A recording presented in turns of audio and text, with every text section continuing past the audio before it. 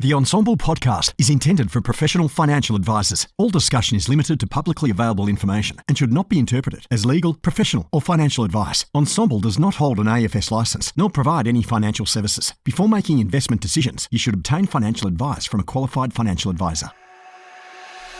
Hello, my name's James Wrigley. I'm a financial advisor and one of the principals of Melbourne-based financial planning firm First Financial. I've been a long-term listener and contributor to the Ensemble group and podcast, picking up some amazing nuggets of gold over the years. And through this podcast and the people that I'm able to speak to and interview, hopefully I can continue to deliver some of those nuggets of gold to you. Schroders is a global asset and wealth manager with broad expertise across public and private markets, investing on behalf of individuals, institutions and advisors. We support advisors to help their clients build successful portfolios to achieve their goals, whatever they may be. We are proud to be partnering with Ensemble to host a dedicated investment space on the Ensemble platform to have more meaningful conversations with their clients and to give advisors a more efficient way to engage with Schroders. Join the Schroders investment space on the Ensemble platform today. Hello, back for another episode. I'm James Wrigley. Today I've got the pleasure of Renae Vercoe joining me from Money Mode, or your business is called Money Mode. Renae, thank you for joining me today. Good to have a chat with you. Thanks, James. It's it's great to be able to have a chat with you, and thanks for having me on. It's been a little while since we've had a good chat anyway. As we were saying, we may as well have a catch up and record the podcast at the same time. So tell me about Money Mode. And actually, the name itself is interesting.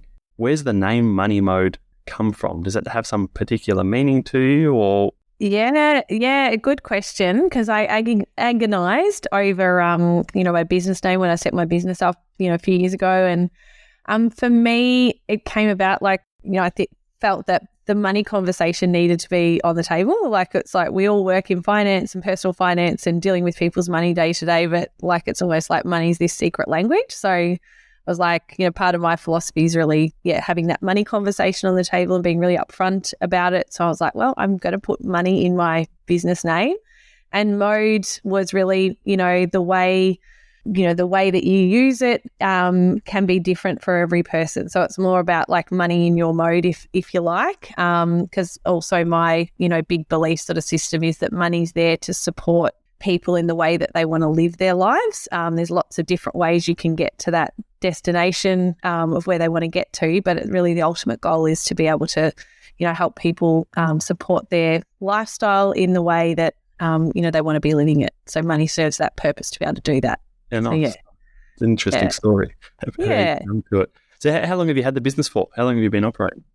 So officially, I think it's nearly 5 years, but I haven't. That long already? Yeah, it has. But I haven't sort of been actively working in it until probably the last 3 years. So I've got 2 young children. So I actually started the business after returning to, sort of return from maternity leave with my first child. And that's sort of when I decided to sort of go into starting my own business. And then I had my second child, and he was really unwell when he was born. So I spent quite a lot of time in hospital, and that really put, sort of things in the business on hold. So it's sort of been, probably the last couple of years that I've really been, back into the swing of things. Yeah.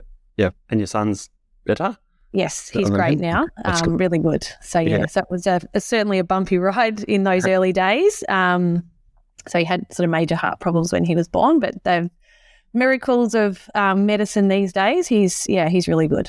Good. It's good to hear. And so prior to starting, prior to maternity leave, if you started it after maternity leave with the first child, what were you doing before that? Yeah, so I'm coming, just over 20 years in financial services, which is showing my age. But when I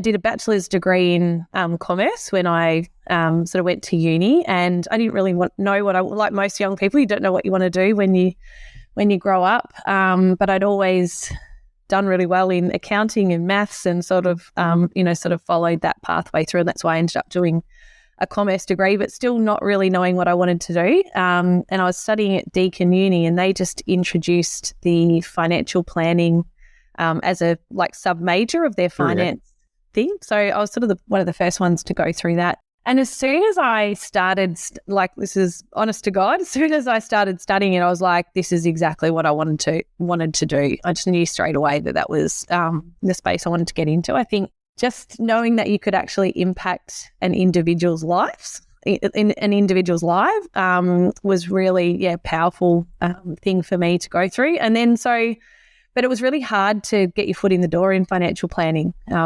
20 years ago. So I did start out in accounting and then, eventually made some contacts and went into a small one-man sort of shop out in East Burwood. But that was a really great experience because he was a great advisor who just really genuinely cared about his clients. So it was a great intro to financial planning. I then went on to work as an advisor with one of the big banks, which was an experience as well. Great training ground, but not sort of something where my values really aligned with, sort of how that played out. And then I moved into a firm that was called WHK, which became, a number of other businesses that went along. But that was really an accounting, financial planning, self-managed super fund finance firm. And I had a long, and the variations of that business as it went through. So I had a long period of time working for them as an advisor and then into sort of operations, strategy, into the, head office in sort of, and then into practice management there. Yeah, right. So you've had a couple of different businesses that you've worked in. Yep. I suspect through that process worked out who you do like to work with, who you don't like to work with. Yeah. You spoke about aligning with your values around the name. So who is it that you tend to be working with now in your current business? Who are your clients?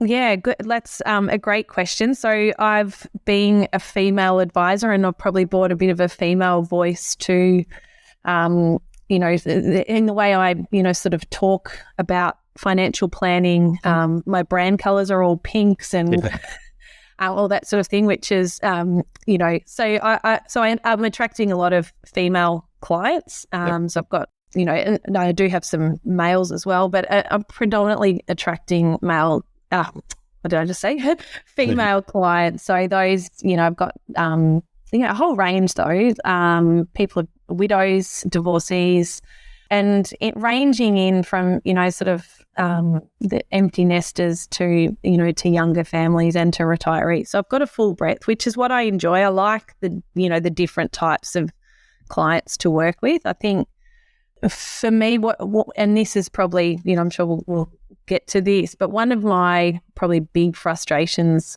with the industry, which I know a lot of advisors feel, is that because the cost to produce advice is so high, the cost to, for clients to, to get that advice is also high. So often it's the high net worth clients that, that end up being seen by advisors because they're the ones that can afford it. Yep. And typically, I guess that's, those who are often in their retirement or really high income earners or, heading towards retirement. So, I try and I like to be able to help people sort of at least 10 years out from retirement. I think you make a really big impact in that space. Yep. But that might lead us into talking about my Money Mode school as well. But how are you? So are you? I remember a conversation that I had with you years ago about this idea of kind of some businesses set up in a way where it's almost like you're renting the rich guy's money, charging fees. Yeah, this comment that you made stuck with me for years. I don't even know if you remember making it, but it stuck with me ever since. I guess are you engaging with people that aren't the really rich high income earners, the wealthy clients where most financial advice seems to have headed? Sure, there's a few businesses that are doing other things, but are you working with those that maybe don't have the income or don't have the assets, and how are you providing advice to them? What are you doing with them? What's his engagement?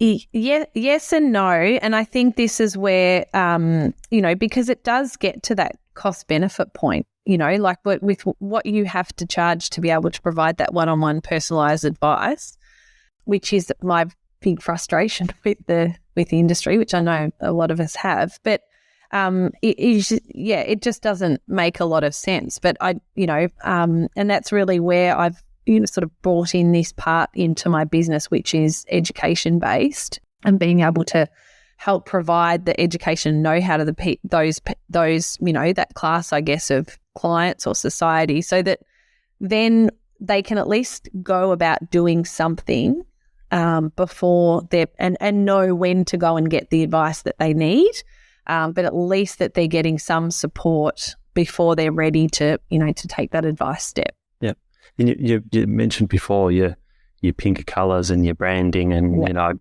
follow your business Instagram page, and it's like it's really polished. It's really there's a lot of, looks like a lot of care and thought has gone into that. Is that all you? Did you work with someone? Is there someone that does your graphics and things? Like, how's that all work? Yeah, a bit of both. So I was very very fortunate that I've got a cousin that has a marketing firm.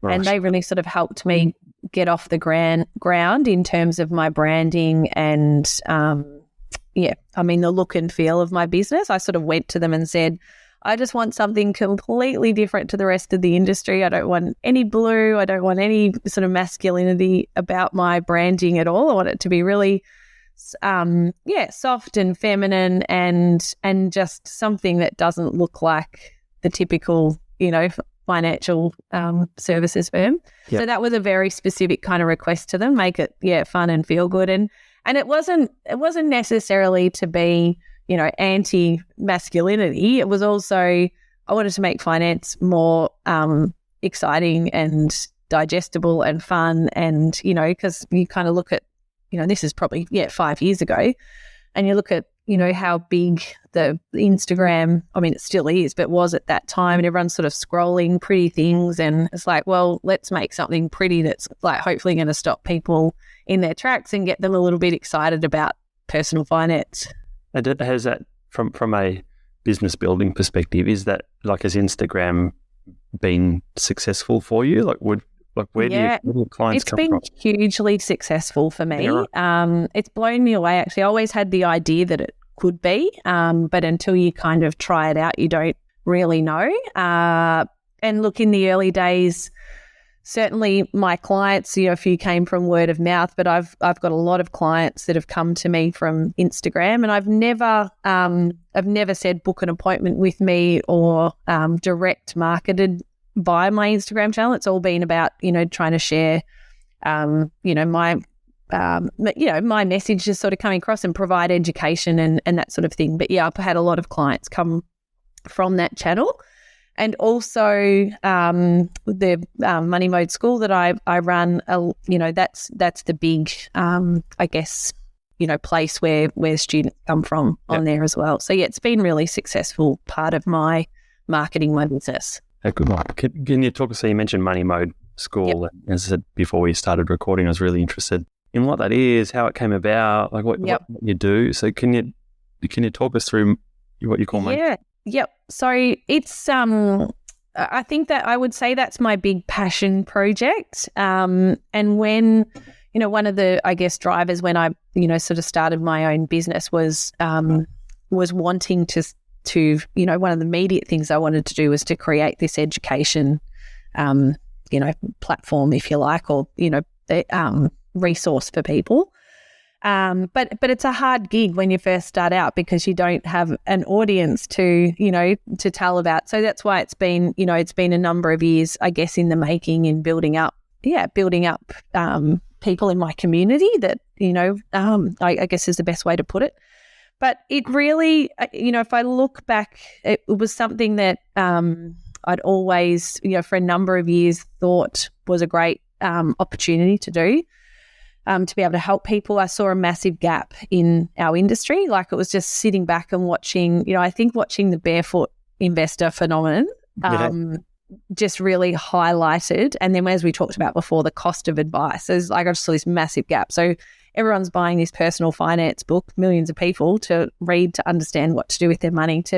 And most of us advisors would look at that and go, oh, how does everyone not know these, basic concepts? Then you start talking to your friend groups and all the rest of it. And particularly for me also that experience of being on maternity leave and going back to work. Like, I had got myself in a well thought out position where I could choose when I wanted to go back to work and how many days and the rest of it. Whereas a lot of my peers around me who are well educated in good jobs and, you know, what you would perceive as reasonably financially well established were forced back to work because they couldn't, you know, sort of keep up with their lifestyle. So it was it's like there was this huge gap around, you know, just the basics for people.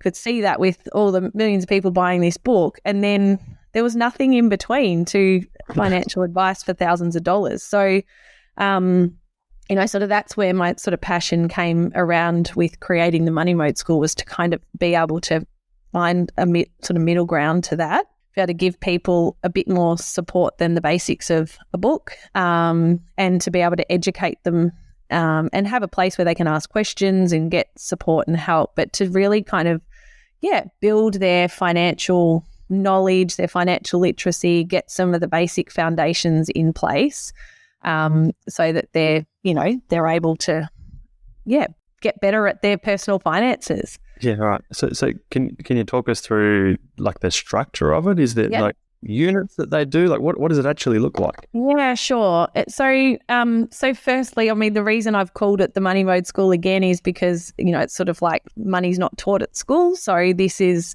the place where you can come and learn about all the things that you never learnt. And so it really follows three key phases. So the first, and so there's a number, I think there's over 30 online lessons on there. So they have, you know, there's written content with those, like little workbooks, there's video tutorials that they can work through. So it's, as I said, it's set up in three phases. And the first phase is really about foundations. So, you know, cash flow, making sure you've got, your worst case plan catered for, you've got emergency funds, you know, an overview of what insurances are all about. Like, it's education based, of course, estate planning, debt and navigating all of those sorts of things. So it's really is the basic foundations. And then the middle sort of section, I talk a lot about money mindset, around the psychology of money, touching on our money stories and the importance of, you know, really sort of thinking about your values and creating your life plan that then allows you to create your goals. Because that's, you know, as I sort of said at the start, my big philosophy is, I think the money side of things is there to underpin your life plan. So we spend a lot of time sort of in the middle talking about that. And then the last section is like really like, you know, educational content around building your wealth. So covering the basics of investing, the basics of superannuation, and, you know, what retirement looks like in Australia. Yeah, right. So it's big. Yeah. And so is that you hosting like webinars with the students that are enrolled and you following a course, or is it some portal that they just get access to all of these resources to? Yep. So the nuts and bolts of it is a portal with the ready-made content in there. But I do, so I'm running people through actually a 6-month program at the moment. So we started out as 3 months, and it's just because it's such a big piece of work, we just found that, you know, people needed a longer period of time to do it. So people can work through it at their own pace. But in that 6-month period, I'm providing like a monthly kind of masterclass, if you like, in there. And then we have a monthly like Q&A. So whereas they can, you know, bring their questions and I can sort of answer their questions and all of that sort of thing live. And I record those for the people that can't make it, and then they can just watch those on replay.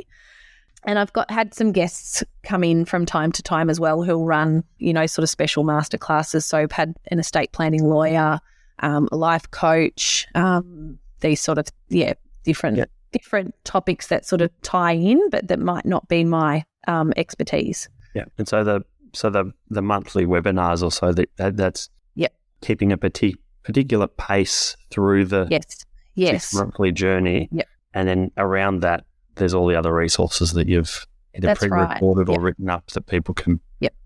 Okay. And I've sort of got a workbook that they work through, you know, it's, sort of like a pathway to financial independence, if you like. And it's sort of giving them the tools to build their own financial plan. along the way. But very much point out to them the areas where, this is an area where you might need advice, but at least they've kind of got some of the background knowledge when they go and speak to an advisor, whether that's me or someone else, about, what they need to have thought about or what they might be looking for. Because often people, that don't have a lot of, because that's a real barrier to advice, I think, too, because you don't kind of know what you don't know. So I want to sort of break that down as much as possible as well. Yeah, right. And so these people going through the school, they pay some particular fee, whatever you charge for the school, make their way through the 6 monthly program. What do you find happens with these people at the end? Does a proportion of them turn around to you and say, okay, I actually want full-blown financial advice now? Like what's happening at the end? So yes, I've had a couple that have done that, that have come through and said, I want to do advice. There might have been a couple that just want scaled advice, might be like, can we just get some assistance with our insurance? And then I've also had others who have said, I want to sit on another round because, it is a lot to go through. Like, when you work with clients one-on-one, how long it can take if you're doing a holistic plan, how long it can take to, support them through getting everything in order. And I feel like a lot of that work, a lot of those, it's that first module of all the basics and the foundations that does hold a lot of people up, because it is overwhelming for them to deal with all the, it's a lot of the life admin stuff. Yeah. The investing in whatever's the exciting part of it. And people often want to jump straight into, like, let's just start investing. It's like, you've got nothing in order over here and you don't even know why you're investing. So, we kind of need to, go back and sort those things out. So how are you, and this isn't necessarily people that have come through Money Mode school, but just in general, what is your engagement with clients look like? What's your process? If I was a brand new client and I said, hey, Renae, I need some help, like what's your process look like? Yeah, probably not very different to yours. A client will make an inquiry. I will try and I'll get a bit of information from them up front. They'll fill out a short questionnaire. We'll have our first meeting, really sort of trying to flesh out what they're trying to achieve or what their goals and their objectives are. And then I'll go away and put together a short proposal for them. Yep. And I'll send that out to them. In some cases, we'll get together and just go through the proposal, because we always want to make sure we can make an impact for them and that they're going to be benefiting them getting advice and what sort of benefits they're going to get from it. They'll say, yes, we want to go ahead. And then it's just working on that normal process. We'll gather a lot of information, have a number of meetings, get to advice presentation stage, and then, depending on what type of client is, will depend on what sort of ongoing service we put in place. Are you using any tools to do that? Like, I know I've heard other podcasts with other advisors talking about that there's some that get really deep into like the cash flow budgeting, whatever you want to call it, and they're using various apps. Yep. My Prosperity or whatever they might be to are you using any of that?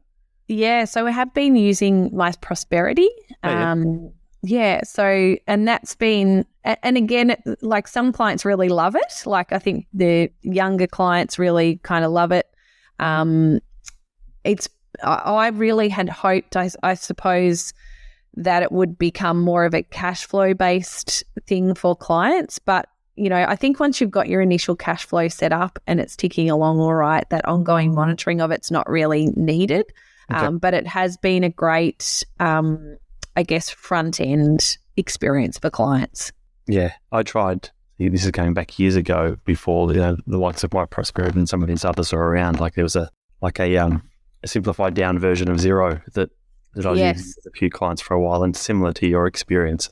And there's one particular client that getting deep into what they were spending their money on, and saying to this client, you have to earn X amount of money to pay tax to then pay your gardeners. Like, you had $15,000 a year paying in your garden, you're actually having to earn $30,000.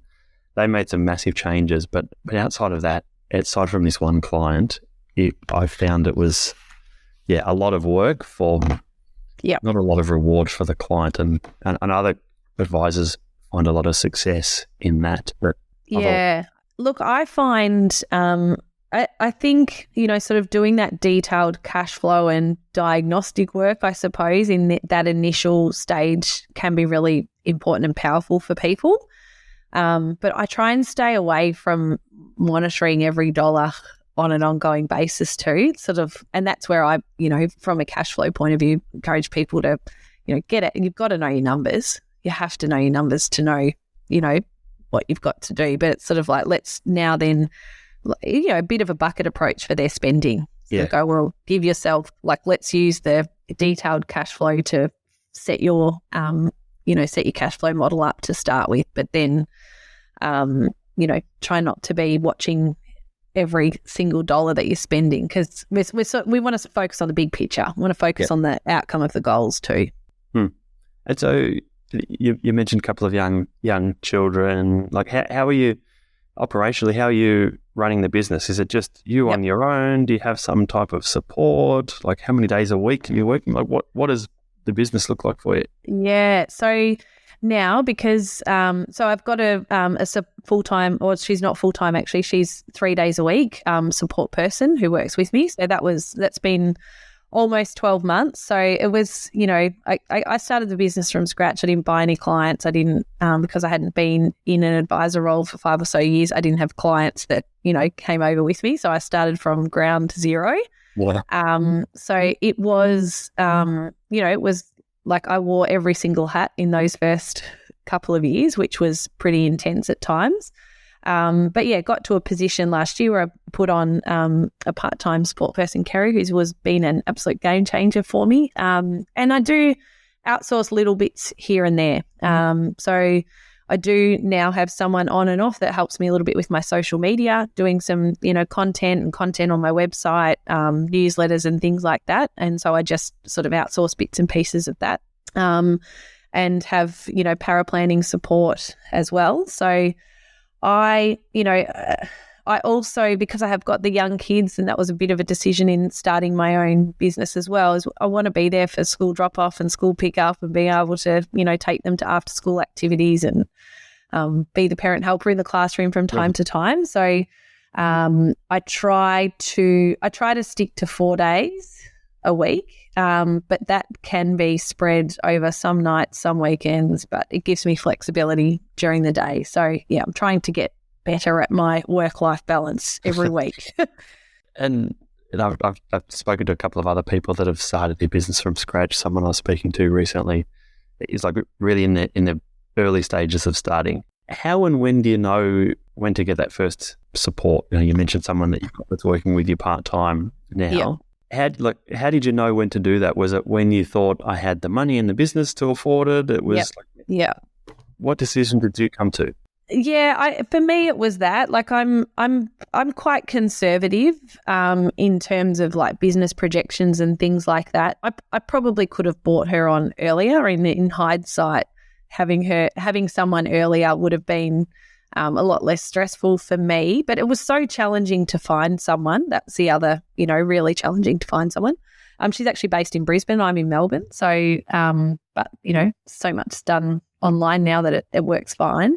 So for me, it was sort of, it was a bit of a financial decision. I'd sort of I've got to get to this point before I can, sort of justify putting someone on. But yeah, if you look back in hindsight and you go, well, I probably could have done it a bit sooner. Yeah, right. Because it allows you then to see more clients, to do more growth activities. But yeah, I sort of waited until I was nearly, burnt out, busy. So anyway, so it's been a great experience having her on board. Yeah, and you said recruitment was challenging. We find here if someone, an advisor, client services, whatever leaves, what were you advertising on Seek? What were you advertising for? So I did LinkedIn, I did Seek to no avail, and believe it or not, found her on Instagram. So so that network's been incredible for me. So another advisor, I think I might have posted on there that I was looking for somebody, and I think another advisor knew this person and recommended them, and so it was so that kind of blew me away. And so what's next for you? What are you working on next? So I really want to sort of continue to tweak, improve, and grow and develop the Money Mode School. I think that's, if I look back, probably was dreaming about that 8 to 10 years ago about being able to do something like that one day.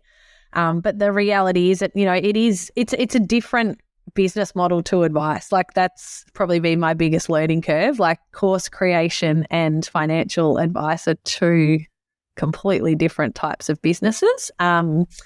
So I would like to, probably get some more support in my business around that side of things, and to be able to, to continue to build and develop that.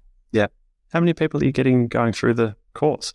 So I've got about 35 through at the minute, going through. So not huge numbers. I've done different iterations of the course leading up to this. So this is really my first official round of the Money Mode School. I had run what I called a Kickstart course in the past, which was a lower price point. It was a shorter period. It was a 6-week course, and it was really around the real sort of cash flow basics and foundation. Yep. And I had much higher uptakes on that, but I just found then they needed something else, and they really weren't ideal, or they weren't ready for advice.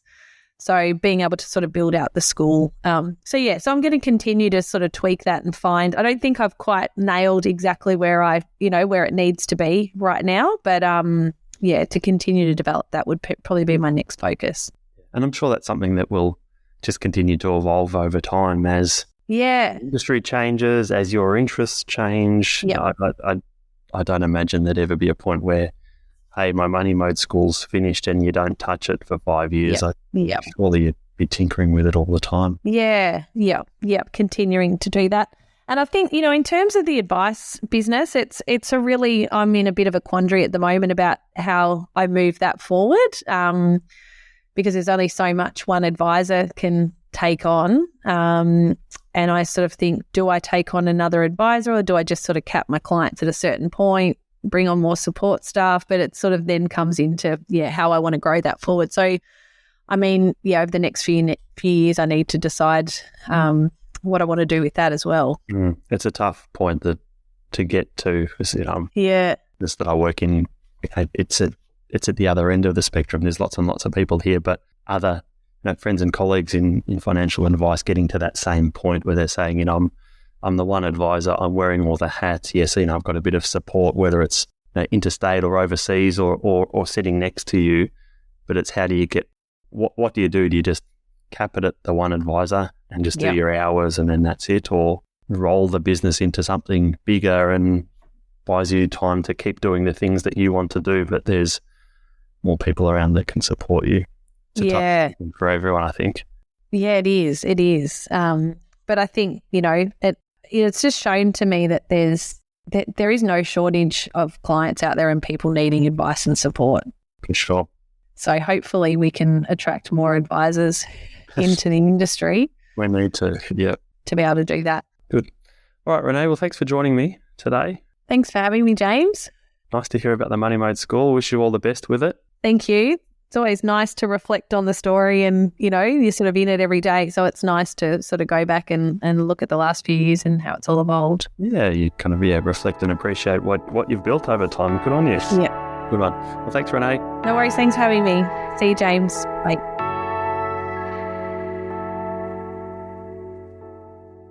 This material does not contain and should not be relied on for financial, accounting, legal, or tax advice. Schroders does not give any warranty as to the accuracy, reliability, or completeness of information presented. Visit www.schroders.com.au/advisors for more information about our funds.